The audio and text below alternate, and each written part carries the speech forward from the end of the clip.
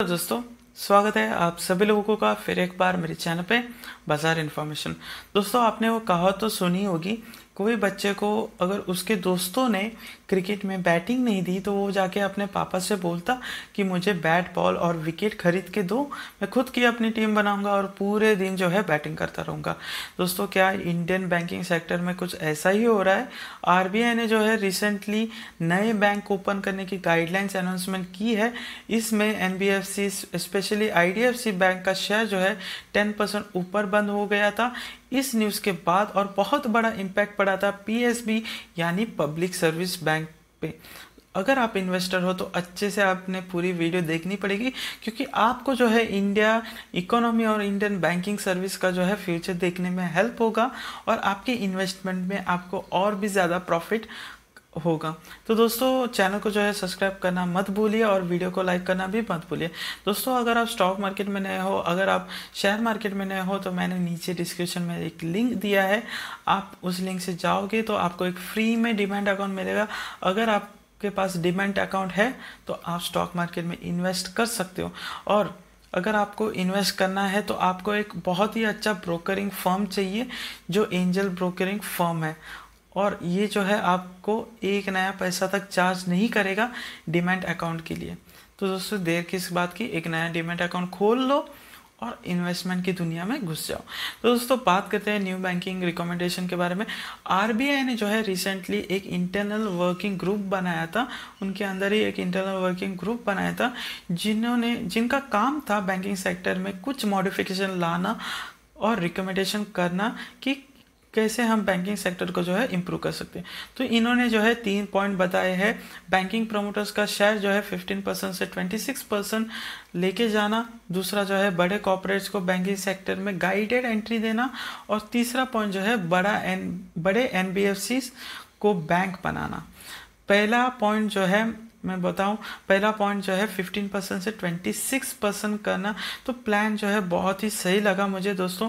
शायद ये इसलिए सही लगता है क्योंकि 15% से 26 अगर प्रमोटर्स होल्डिंग बढ़ गई तो ये बैंक्स के लिए बहुत ही ज़्यादा प्रॉफिटेबल होगा, और प्रमोटर्स के लिए क्योंकि डिसीजन मेकिंग पे ज़्यादा कंट्रोल रहेगा प्रमोटर्स का, और इससे चलते हुए ओवरऑल परफॉर्मेंस जो है बैंक का बेटर हो सकता है। जिन बैंक में प्रमोटर्स होल्डिंग डाइल्यूट की गई है वहाँ प्रमोटर्स अपना होल्डिंग जो है फिर से 26% शायद कर सकते हैं, ऐसा भी कहा जा रहा है। क्या इसकी वजह से बैंकिंग सर्विस में इम्प्रूवमेंट आएगा? ऑब्वियसली इम्प्रूवमेंट आएगा। क्या पीएमसी बैंक्स इसमें एग्री होगी? जिन बैंक ने 15% का होल्डिंग रखा था फिलहाल, क्या वो 25% तक करेगी? ये जो है बहुत बड़े क्वेश्चंस आ रहे हैं बैंकिंग सेक्टर में। अगर ऐसा हुआ तो बायबैक करना पड़ेगा, और वो जो है बहुत ज़्यादा कॉस्टली रहेगा, स्पेशली पीएसबी बैंक के लिए, क्योंकि इनका जो है 3 to 4 क्वार्टर जो है मुनाफा ही नहीं हुआ, इनको लॉस में चल रही है। शायद ये डिसीजन जो है लॉन्ग टर्म के लिए बहुत ही ज़्यादा इफ़ेक्टिव है, लेकिन 26% होल्डिंग करना ओवरऑल बैंकिंग परफॉर्मेंस बेहतर कर सकता है, और इसमें जो है एक प्रॉपर डिसीजन लेने की ज़रूरत है, स्पेशली पीएसबी बैंक के लिए। तो दोस्तों, दूसरा पॉइंट के बारे में बात करते हैं, कॉर्पोरेट्स को बैंक खोलने की परमिशन देना। दोस्तों, आरबीआई ने कहा है कि बड़े कॉर्पोरेट्स जिनका एसेट साइज जो है 50,000 करोड़ या उससे ऊपर है, उनको जो है बैंक खोलने की सलाह दी गई है, और 10 साल कंपनी जो है चल रही होगी, यानी 10 साल इंडिया में आपका जो है बिजनेस चलता होगा, और आपके पास जो है 50,000 करोड़ से ज़्यादा एसेट हो तो आप जो है बैंक ओपन कर सकते हो इंडिया में। उनका बैंकिंग लाइसेंस जो है दिया जाएगा, प्रोवाइड किया जाएगा आरबीआई की तरफ से, और बैंकिंग रेगुलेशन को फॉलो करने के बाद जो है इनको लाइसेंस मिलेगा। दोस्तों, मैं कुछ दिनों से आपको कह रहा हूँ कि रिलायंस इंडस्ट्री जो है बहुत सारे डील्स किए जा रही है, एंड में एक डील बच गई है बैंक खोलना, और अभी लगता है रिलायंस इंडस्ट्री इसमें बहुत ही ज़्यादा इंटरेस्टेड होगी कि इनका जो है खुद का एक बैंक हो। दोस्तों, आप सोच सकते हो कितनी ज़्यादा कंपनीज है, बस 10 कंपनी जो है इंडिया में जिन्होंने 50,000 करोड़ का कैपिटल है जिनके पास, और जो मेन कंपनीज हैं दोस्तों, पहली जो आती है रिलायंस इंडस्ट्री आती है, दूसरी टाटा कंसल्टेंसी सर्विस, तीसरी HDFC bank, Hindustan Unilever, HDFC bank, ICIC bank, Kotak Mahindra bank, HCL technology, और 10वां अपना सबसे फेवरेट स्टॉक भारती एयरटेल।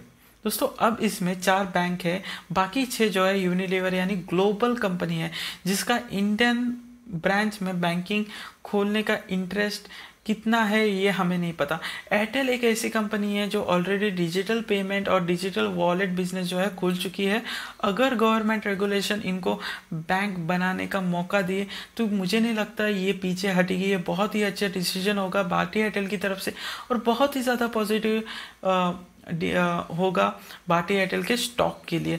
दोस्तों रिलायंस की बात करें तो रिलायंस जो है ऑलरेडी व्हाट्सएप और फेसबुक के साथ जो है कोलैबोरेशन कर चुका है। व्हाट्सएप ने अपने पेमेंट सिस्टम भी चालू कर चुके हैं। रिलायंस भी रिटेल सेगमेंट में जो है टेक्नोलॉजी सेक्टर में घुस चुका है। शायद बैंकिंग सेक्टर में Reliance industry automatically Reliance industry का जो फर्स्ट चॉइस होगा वो बैंकिंग सेक्टर होगा, क्योंकि वो उसमें जो है बड़ी बिजनेस कर सकता है, स्ट्रीमिंग कर सकता है, स्ट्रीमलाइन बहुत बड़ी है, मैं कहूँ पाइपलाइन बहुत बड़ी, एक कैश फ्लो ओपन कर सकता है। और रिलायंस इंडस्ट्री के पास वो एक्सपीरियंस है, वो कस्टमर बेस है, वो ट्रस्ट है, इंडिया का सपोर्ट है, एक रिलायंस बैंक अकाउंट जो आपको फ्री में मिले। दोस्तों ये मैंने क्यों कहा, दोस्तों जियो के पास जो है 400 मिलियन कस्टमर्स है। दोस्तों जियो ने रिचार्ज करो या कुछ भी करो, एक रिलायंस बैंक अकाउंट जो है आपको फ्री में मिलेगा। अंबानी अनाउंस कर देंगे तो 1 महीने के अंदर जो है रिलायंस बैंक में 400 मिलियन कस्टमर हो जाएंगे। फिर 1 महीने में इनके बैंक को जो है नंबर 1 बनाने में कोई भी नहीं रोक सकता। और फिर वो जो है रिलायंस रिटेल या रिलायंस डिजिटल में जो है अपने कार्ड्स डाल देंगे। आपको कार्ड से याद होगे जो हम गूगल पे से स्कैन करते हैं, अभी वो आएगा रिलायंस पे। तो ये एक बहुत बड़ी टक्कर देने की बात होगी स्पेशली अमेज़ॉन और फ्लिपकार्ट को आफ्टर फ्यूचर रिटेल डील के बाद। दोस्तों फ्यूचर रिटेल डील के बारे में मैं आपको बता दूं कि पूरा जो है इंडियन साइड रिलायंस की तरफ ही है, बस अमेज़ॉन लगा हुआ है कैसे ना कैसे ये डील को क्लोज करने में। पर मुझे स्पेशली ऐसा नहीं लगता कि रिलायंस ये डील अपने हाथों से जाने देगा और फ्यूचर रिटेल ग्रुप को अपने हाथों से जाने देगा। तो दोस्तों बहुत ही अच्छा चांस है कि रिलायंस का स्टॉक, दोस्तों यहाँ मेन फोकस है रिलायंस के स्टॉक में, यहाँ किसी भी स्टॉक पे फोकस नहीं है, मेन फोकस है रिलायंस के स्टॉक में, क्योंकि वो बहुत ही अच्छा परफॉर्म कर रहा है। और हमें लगता है 1-2 साल के अंदर ये जो है 5000 का टारगेट जो है क्रॉस कर चुका होगा। रिलायंस इंडस्ट्री बहुत ही ज़्यादा अच्छे से ग्रो कर रही है। कोरोना का सिचुएशन जो है जाने के लिए नेक्स्ट मार्च तक या मैं कहूँ नेक्स्ट साल तक टाइम लगेगा। 2022 तक रिलायंस इंडस्ट्री जो है बहुत ही ज़्यादा शाइन करने वाली है और ये बहुत ही अच्छी बात है इंडियन इन्वेस्टर्स के लिए। तो दोस्तों अभी बात करते हैं पॉइंट नंबर 3 के बारे में। तो पॉइंट नंबर 3 जो है स्मॉल फाइनेंशियल बैंक की ट्रांसफॉर्मेशन करने की बात करता है। दोस्तों एग्जिस्टिंग स्मॉल फाइनेंशियल बैंक को जो है अगर बैंकिंग लाइसेंस के लिए अप्लाई करना है तो फिर 2 पॉइंट उनको ध्यान में रखने पड़ेंगे। उनका टोटल ऑपरेशन जो है 10 साल से ज़्यादा होना चाहिए, टोटल ऑपरेटिंग ईयर्स जो है 3 साल से ज़्यादा, और market capital universal banking licence के लिए जो है 1000 करोड़ यानी 1000 करोड़ उनको चाहिए। इन 2 पॉइंट्स को जो है इनको ध्यान रखना पड़ेगा स्मॉल फाइनेंशियल बैंक को, अगर इनको जो है प्रॉफिटेबली और बहुत ही अच्छी तरीके से जो है इंडिया में रन करना है। तो दोस्तों लाइसेंस के बारे में बात करें तो यूनिवर्सल बैंकिंग लाइसेंस जो है 1000 करोड़ वर्किंग कैपिटल का रिक्वायरमेंट कर दिया है, जो पहले 500 करोड़ था इंडियन गवर्नमेंट या मैं कहूँ RBI की तरफ से। क्या होने वाला है दोस्तों, फ्यूचर क्या होने वाला है आगे। दोस्तों अब तक हमें सिर्फ लगा था कि न्यूज़ में ये नंबर्स देखने मिल रहे, रेगुलेशन देखने मिल रहे, बैंक जो है कुछ ज़्यादा कर नहीं रही, इंडियन बैंकिंग का फ्यूचर ही नहीं है।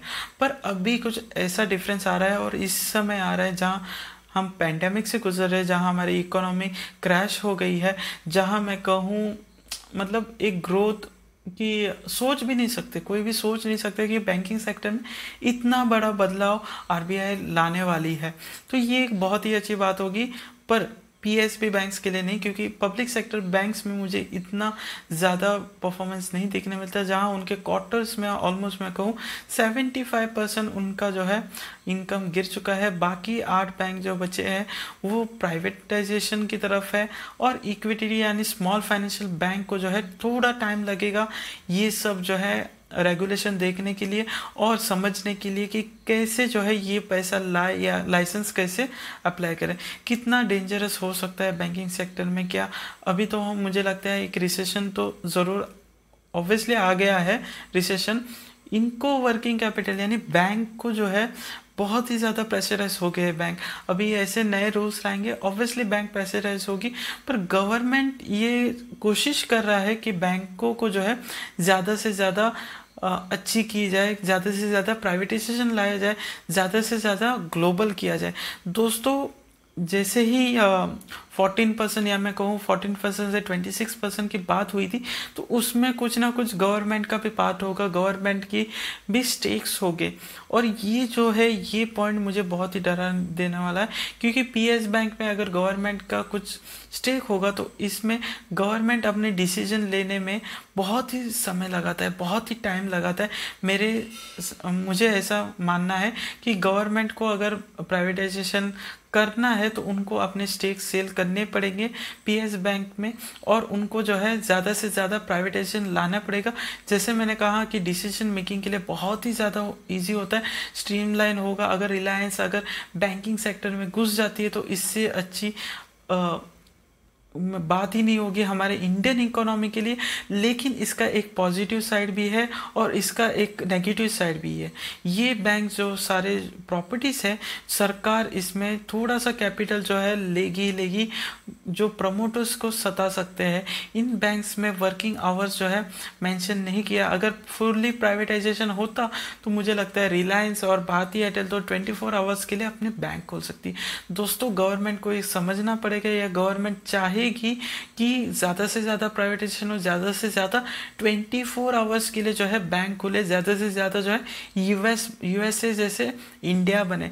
जैसे हम देख रहे हैं यूएसए से जो है हम सब कुछ, उनका कल्चर रह गया, उनके मेथड्स रह रहे, वैसे ही 24 आवर्स का जो मैं कहूँ बात है वो भी हमें यूएस से लेनी पड़ेगी। और हमारे बैंक्स को जो है और हमारे मार्केट को जो है 24 आवर्स तक हमें आगे आने वाले दिनों में ऑब्वियसली ये होगा, 24 आवर्स तक जो है मार्केट खुला हुआ होगा, सुपर मार्केट खुला होगा।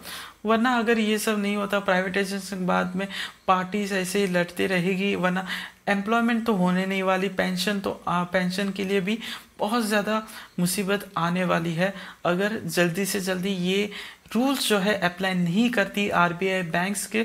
और ये जो रूल्स आए, 3 रूल्स आए, बहुत ही अच्छे हैं और प्राइवेट जॉब को बहुत ही ज़्यादा मैं कहूँ बढ़ा सकते हैं, स्पेशली वर्किंग और ऑफिस के लिए, या मैं कहूँ शॉपिंग मॉल्स के लिए बहुत ही अच्छा केस है, या मैं कहूँ बहुत ही अच्छे से जो है इन्होंने आरबीआई ने समझा है देश की सिचुएशन को और देश की इकोनॉमी को, और इनको जो है बढ़ाने की कोशिश की जा रही है। दोस्तों फाइनेंशियल सिस्टम जो है बहुत ही स्ट्रॉन्ग बनाने की बहुत ज़्यादा कोशिश की जा रही है, तो कहीं ना कहीं हमारे बैंकिंग सेक्टर में बहुत ज़्यादा डिले किया जाएगा और इन्वेस्टर्स का पैसा जो है ऐसे ही लक्ष्मी विलास बैंक की तरह या लक्ष्मी विलास शेयर होल्डर की तरह फंसा रह जाएगा।